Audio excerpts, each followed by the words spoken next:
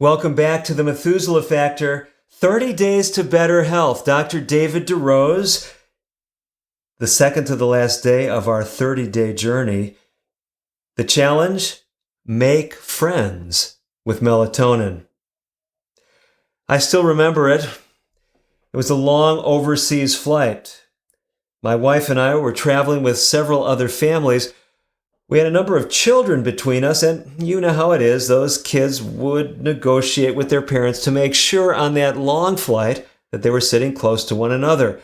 And so it was. After several hours on the plane trip, the kids had been having a great time, but I later learned they were starting to get frustrated with the antics of a young boy who we'll call Ralph. What do?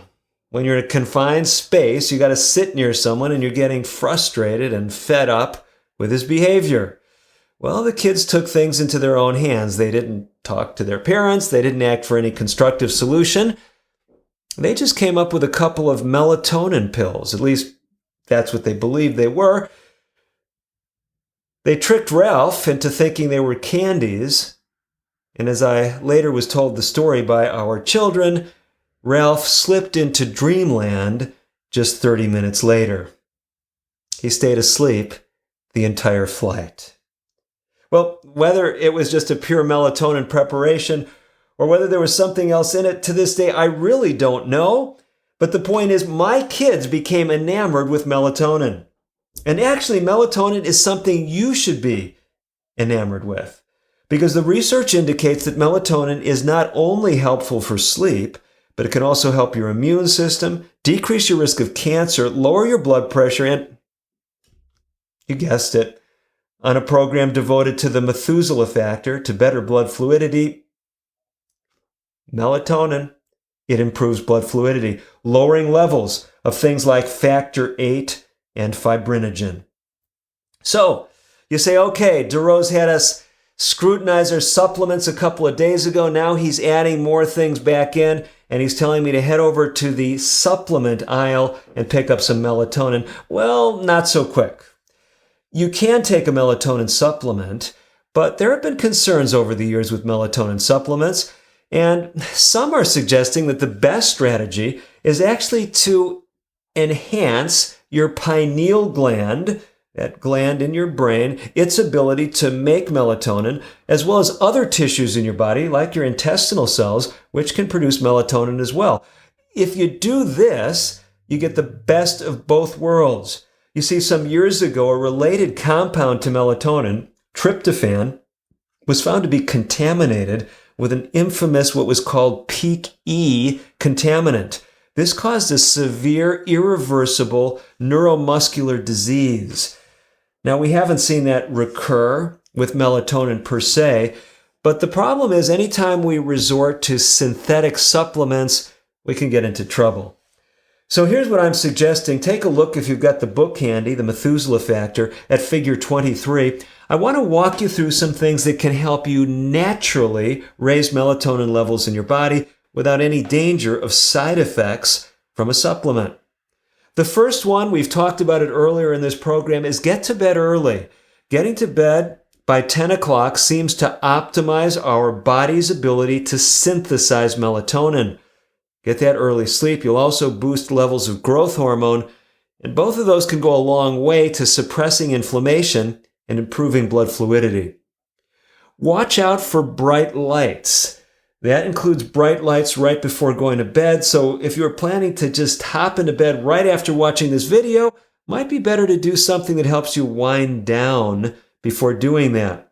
Bright light exposure from tablets and smartphones seems not to be optimal right before going to bed if you want to have the best output of melatonin.